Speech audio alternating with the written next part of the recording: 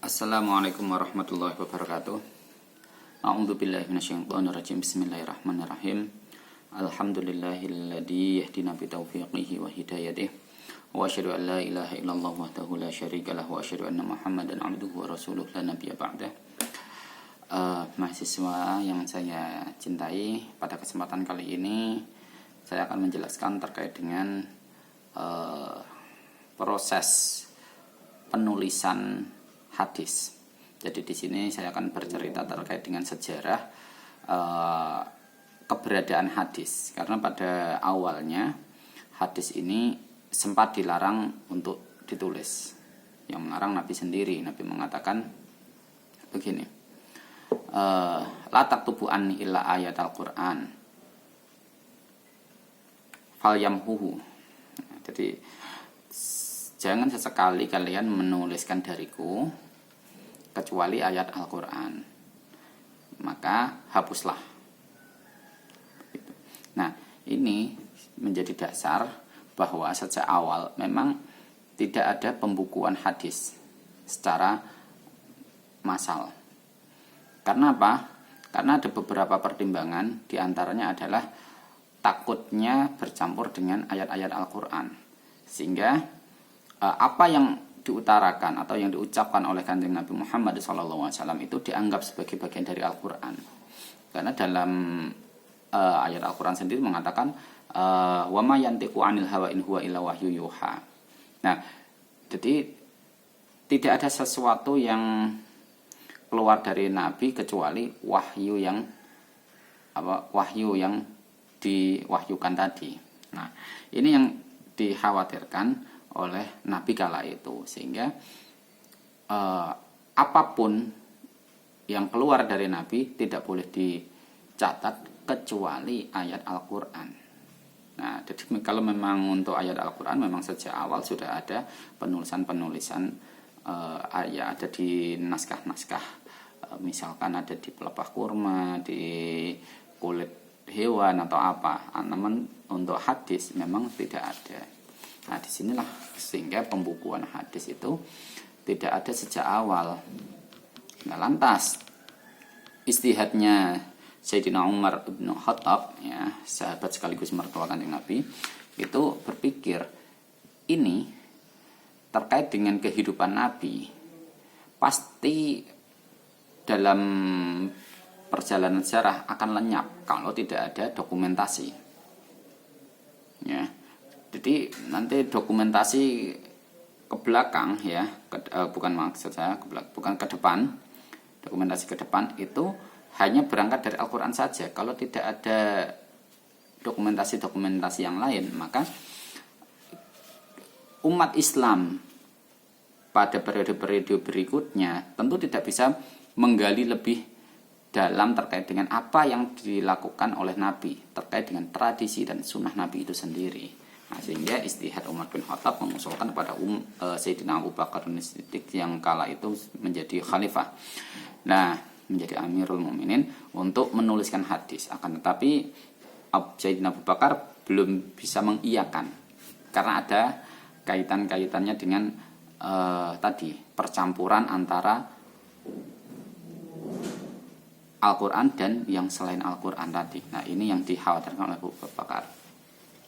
Nah, sehingga pada beberapa narasi berikutnya, ya, perkembangan, ada narasi yang mengatakan begini, Nabi pernah dimintai oleh salah satu sahabatnya untuk menuliskan surat.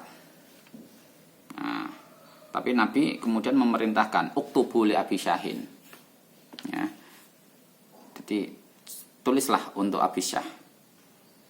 Jadi dasar Nabi mengatakan itulah yang kemudian dijadikan sebagai pegangan untuk menuliskan hadis. Nah, ini sehingga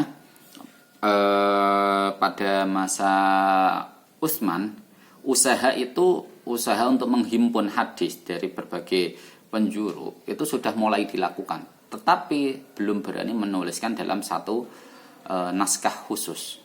Kenapa? Karena pada masa yang sama Khalifah Utsman bin Affan itu juga sedang menghimpun rasam Utsmani. Nah, rasam Al-Qur'an versi Utsmani tadi. Nah, di sini pada masa Utsman belum berhasil lagi. Sehingga hadis ini masih belum bisa terkodifikasi secara sempurna, masih belum tersusun secara rapi, masih tersebar di berbagai sahabat. Nah, pasca perang Siffin, nah, ini banyak para sahabat yang kemudian gugur. Tidak hanya para penghafal Al-Quran, tapi juga mereka yang merekam terkait dengan apa yang dilakukan oleh Nabi, baik perkataan, perbuatan, maupun ketetapan yang pernah dilakukan Nabi. Ini semuanya meninggal semuanya. Akhirnya usaha-usaha ini kemudian dilakukan oleh kepemimpinan Bani Umayyah, di mana ini mulai semakin menguat pada masa Umar bin Abdul Aziz. Umar bin Abdul Aziz itu sampai mengatakan begini, undur makana min hadisi Rasulillah faktubuhu fa inni khiftu durusal ilmi wa dhahabal ulama'i wa la taqbal illa hadisar rasul walitafshu al ilma walitajlisu hatta ya'lam man la ya'lamu fa innal ilma la yahliku hatta yakunu sidran. Jadi Khalifah Umar bin Abdul Aziz memerintahkan gini, lihatlah dan periksalah apa yang diperoleh dari hadis Rasul. Kemudian tuliskanlah, karena saya khawatir akan lenyapnya ilmu yang disebabkan karena banyaknya sahabat yang meninggal dunia dan ulama tadi ya, ulama-ulama yang meninggal. Tetapi ada catatan, jangan sekali-kali kalian menerima kecuali hadis Rasul, dan sebarkanlah hadis itu dalam majelis-majelis ilmu supaya orang itu bisa mengetahui, lantaran lenyapnya ilmu itu lantaran tidak lenyapnya ilmu hingga dijadikan barang rahasia. Fa innal ilma la yahliku hatta yakuna sidran. Jadi ilmu itu tidak akan musnah selama ilmu itu tidak menjadi sebuah rahasia. Nah, jadi ilmu itu harus disebarkan. Nah, ini akhirnya pada masa itulah Ibnu Syihab Az-Zuhri itu mulai mengumpulkan sambil mengkodifikasi hadis. Jadi Ibnu Syihab Az-Zuhri ini orang utusannya Khalifah Umar bin Abdul Aziz tadi. Khalifah Umar bin Abdul Aziz tadi memerintahkan Syihab Az-Zuhri untuk menuliskan. Nah, Syihab Az-Zuhri tidak sendirian. Dia bersama murid-muridnya, misal Al-Auza'i, Imam Malik bin Anas, Ma'mar, Al-Lais dan kawan-kawannya, itu kemudian mencoba untuk menghimpun hadis. Nah, dalam proses penghimpunan hadis ini belum ada aturan-aturan main, ya, aturan-aturan main terkait mana yang boleh dituliskan dan mana yang tidak. Nah, sehingga dalam kasus ini, apalagi di saat itu juga politik Islam sedang memanas ya, karena pada masa dinasti Umayyah setiap pergantian khalifah itu pasti hampir bisa dipastikan ada pertumpahan darah setiap pergantian khalifah. Jarang khalifah itu meninggal dengan wajar, pasti terbunuh. Kebanyakan itu hanya ada beberapa saja yang meninggal secara wajar. Nah, dengan adanya isu politik ini, kemudian banyak isu-isu hoax yang beredar kala itu. Sehingga para penghimpun hadis ini juga semakin kewalahan. Belum bisa membedakan mana ini yang benar-benar dari Rasulullah dan bukan dari Rasulullah. Sehingga informasi ini semakin liar. Ya, semakin liar. Benar langsung. Ada yang buat palsu, ada yang maudhu' ya palsu itu ya, dhaif, bahkan kualitas. Nah, disinilah kemudian pada masa berikutnya mulai dibuatkan aturan main. Kemudian mengatakan sammu rijalakum, sebutkanlah perawi Anda. Rijal itu perawi ya, bukan laki-laki ya. Kalau dalam bahasa Arabnya laki-laki, tapi dalam konteks kajian hadis namanya perawi. Rijal itu perawi. Jadi samu rijalakum, sebutkanlah perawi kalian. Nah, ini untuk mengidentifikasi kredibilitas para pembawa berita tadi. Siapa yang membawa berita? Dia punya kapasitas apa? Bagaimana muru'ah dia? Apakah dia orang yang baik ataukah dia memang suka pembohong? Dia orang jujur atau orang yang ya berlaku fasik atau apa? Nah, ini yang kemudian dilakukan oleh Syihab Az-Zuhri dan kawan-kawannya. Sehingga hal ini kemudian dilakukan untuk membendung isu hoax kala itu.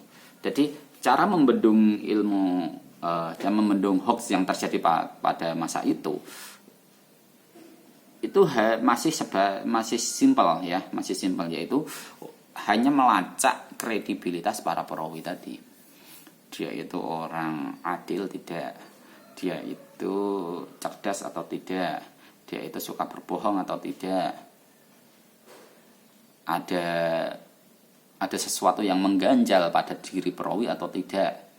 Nah, jadi saat itu masih sebatas pada kriteria-kriteria seperti itu, belum sampai pada konteks afiliasi dari perawi itu kemana, belum sampai ke sana. Jadi masih pada tataran yang sangat dasar tadi. Nah, ini tataran yang sangat dasar tadi inilah yang kemudian dijadikan sebagai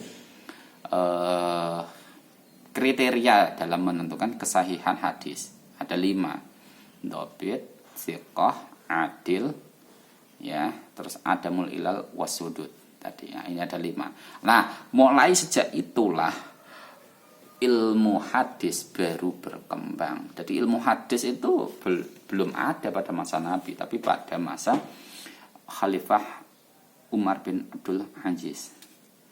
Jadi setelah dia memerintahkan kepada Syihab Az-Zuhri untuk melakukan kodifikasi hadis, namun pada kenyataannya informasi yang beredar sangat liar, sehingga banyak isu-isu atau berita-berita hoax, berita-berita bohong, berita-berita palsu, sehingga Ibnu Syihab Az-Zuhri dan beberapa kawannya termasuk muridnya Al-Auza'i dan kawan-kawannya itu kemudian tidak berpikir panjang. Dia berusaha untuk menyetop hoax tadi atau berita-berita bohong tadi menggunakan kriteria-kriteria tadi. Dia mempersoalkan kredibilitas perawi.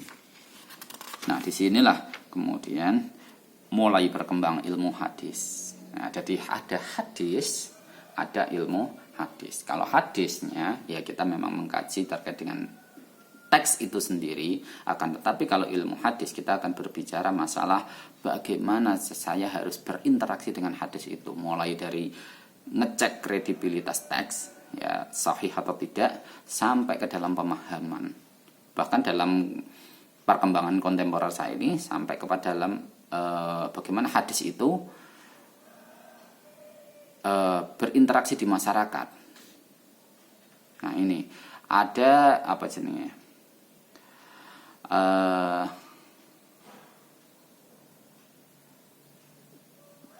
Istilahnya living hadis. Ya, living hadis, bagaimana hadis itu hadir di masyarakat. Ada sebuah semacam menurut saya itu performasi dari teks ke masyarakat. Nah, ini terbaru, sehingga ilmu hadis itu ilmu yang adanya belakangan. Kalau dianggap sebagai bid'ah, ya ini memang bid'ah, kan begitu. Maka dari itu orang-orang yang terkadang mengatakan bid'ah itu dolalah, lah berarti ilmu hadis juga dolalah. Nah, ini menjadi persoalan. Nah, jadi jangan mudah untuk mengatakan kullu bid'atin dolalah. Kita juga harus telacak hadis tentang bid'ah itu, karena hanya ada satu sumber, satu jalur periwayatan. Nah, ini kalau ada beberapa jalur periwayatan mungkin itu bisa kuat, tapi kalau ada hanya satu jalur, itu bermasalah hadis tentang bid'ah itu. Tapi banyak orang yang kemudian membid'ah-bid'ahkan gara-gara ada narasi hadis yang mengatakan kullu bid'atin dhalalah tadi. Terus pokoknya sing ora ana pada masa Nabi bid'ah. Lah ilmu hadis juga enggak ada pada masa Nabi ya juga bid'ah ini. Nah, kan begitu. Tapi kenyataannya dipakai. Apakah bid'ah ini dhalalah kan tidak. Nah, maka di sini ada beberapa ulama yang kemudian apa itu namanya? Mengklasifikasikan jenis-jenis bid'ah tadi. Ada beberapa tipologi, ada bid'ah hasanah, bid'ah sampai ke bid'ah sayyi'ah tadi. Ya, yang kemudian bisa berimplikasi pada bid'ah dhalalah tadi. Jadi tidak semuanya itu enggak boleh. Ya, kalau kita berbicara enggak boleh, penulisan hadis saja sejak awal enggak boleh awalnya, tapi kemudian istihad Umar bin Khattab